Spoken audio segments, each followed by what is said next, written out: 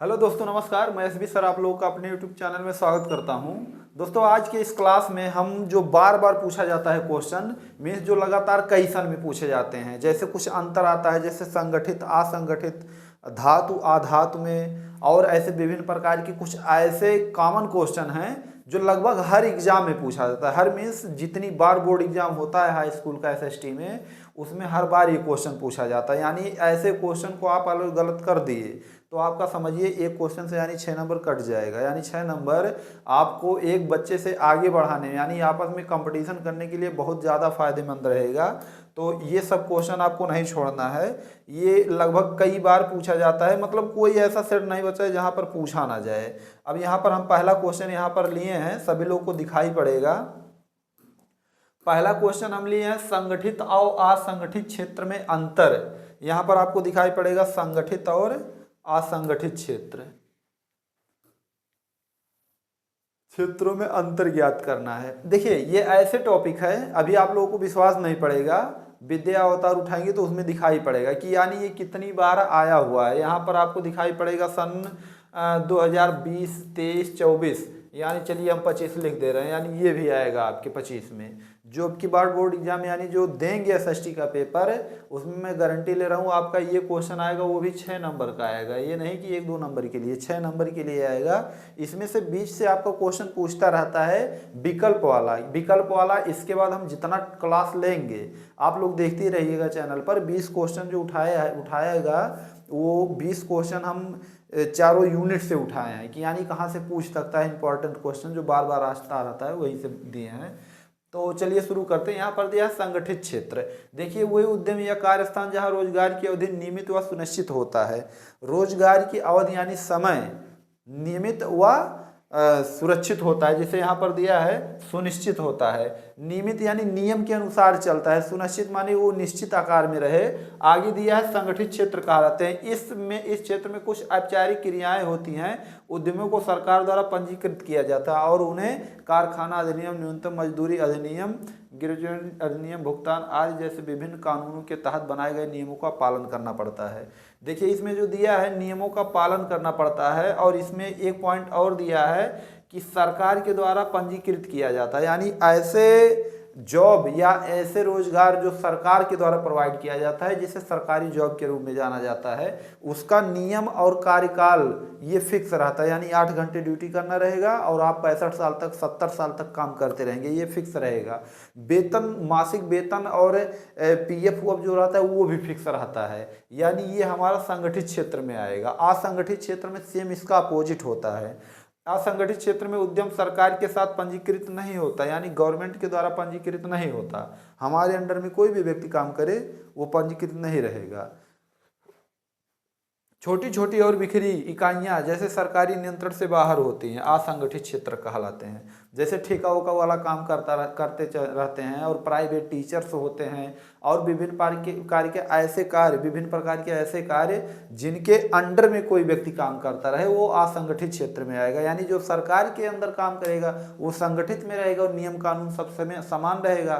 लेकिन जो किसी के अंडर में काम करेगा यानी प्राइवेट सेक्टर में, वो हमारा आता है असंगठित क्षेत्र में।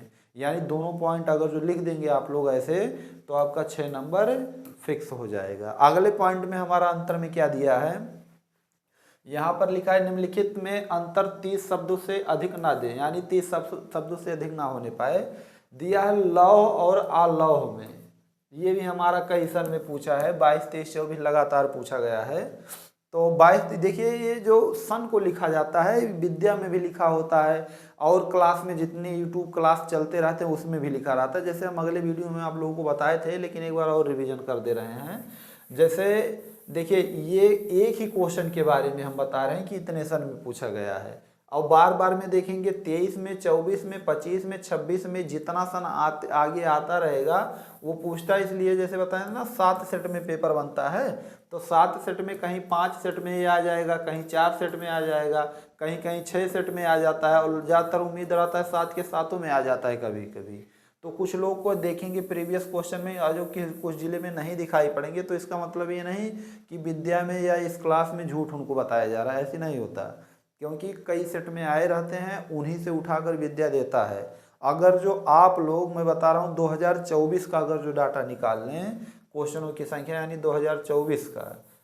2024 का जितना सन में क्वेश्चन आया हुआ है पूरे विद्या या अवतार से निकालेंगे तो आपको लगभग 400 से ज़्यादा क्वेश्चन दिखाई पड़ेगा। तो 400 से ज़्यादा थोड़ी कोई स्टूडेंट कर पाएगा पेपर में। बस ये 400 से ज़्यादा क्वेश्चन जो दिखाई पड़ता है ये हमारा 7 सेट में डिवाइड हो जाता है और 7 सेट का डाटा उठाकर तब यहाँ पर लिखा जाता है कि हाँ इतने इतने सन में आया हुआ है।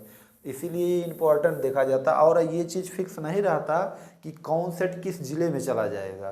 तो इसको हम देख कर तैयारी करेंगे। बाकी आपका अगर जो पकड़ है तो आप चाहे जिस सेट में आ जाए चाहे जिस ज़िले में आ जाए अच्छे से नंबर ला पाएंगे। लौह खनिज क्या होता है? वह खनिज जिसमें लोहे का अंश हो, यानी जहाँ लोहे का अंश होगा वो ऑटोमेटिक लौह खनिज बोला जाएगा।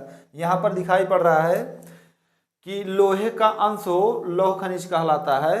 दिया है जैसे लोहा, अयस्क, मैग्नीज, निकेल, कोबाल्ट आदि लौह खनिज हैं। यानी ऐसे पदार्थ, ऐसा प्रोडक्ट जिसमें लोहे की मात्रा कुछ ना कुछ जरूर हो वो लौह खनिज में आएगा। आगे पॉइंट में लिखा है इसमें विद्युत संवाहक, इसका वजन अधिक होता है, ये चुंबकीय होते हैं, यानी चुंबकत्व पाया जाएगा। जो चुंबक के अंदर जो गुरुत्वाकर्षण के अंदर चिपकते रहते हैं ये भी गुण पाया जाता है। आगे दिया है जहाँ लोहे की मात्रा रहेगी वहाँ पर विद्युत जरूर प्रवाहित होगा उसके अंदर। ये 2 गुण, ये 3 गुण पाया जाता है। और दिया है इसका वजन भी अधिक होता है, यानी लोहे का भार वैसे आप लोग जानते हैं कि अधिक होता है। जिसमें चुंबक का गुण पाया जाए वो भी खनिज में आ जाएगा, लौह खनिज में, और जिसमें विद्युत का संचालन होता रहे वो भी होता है। आगे दिया है इसी का सेम अपोजिट यानी उल्टा, ये हमारा अलौह खनिज में आ जाएगा। वह खनिज जिसमें लोहे का अभाव हो, अभाव में कमी हो या ना के बराबर हो, वो हमारा अलौह में आ जाएगा। दिया है इसकी श्रेणी में आते हैं जैसे तांबा, सीसा, जस्ता, बॉक्साइट आदि लौह खनिज हैं। देखिए तांबा, सीसा उसा में जो लाइट हम ऐसे करंट टच करेंगे तो वो उसमें प्रवाहित नहीं होता क्योंकि वो अलौह खनिज पदार्थ है। दिया है ये अचुंबकीय होते हैं या विद्युत के कुचालक होते हैं। अचुंबकीय यानी इसमें चुंबक का गुण नहीं पाया जाता, यानी चिपकते नहीं है, चुंबक के मैग्नेट से नहीं चिपकेंगे एक दूसरे से।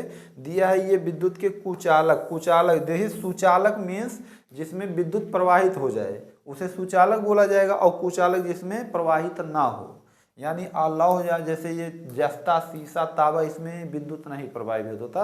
आप लोग देखेंगे इस सब का वायर नहीं बनाया जाता है। तो ये हमारा अंतर हो गया दोनों। और ये हमारे जो पूछे जाते हैं, देखिए बताने का जैसे इसके पहले जो हेडिंग हम लगाए हैं उसी तरह लिख सकते हैं। ये तो केवल पीपीटी के रूप में अलग अलग लिख दिया गया, लेकिन आप लोग एग्जाम में इस तरह नहीं लिखेंगे जिस तरह हम यहाँ पर बनाए हैं। यहाँ पर हेडिंग लगाएंगे, उसके सामने ये लिखेंगे, यहाँ हेडिंग लगाएंगे और उसके सामने ये लिखेंगे। इस तरह ये अच्छे से इस तरह लिखें ताकि आप लोगों को अच्छे से समझ में आए।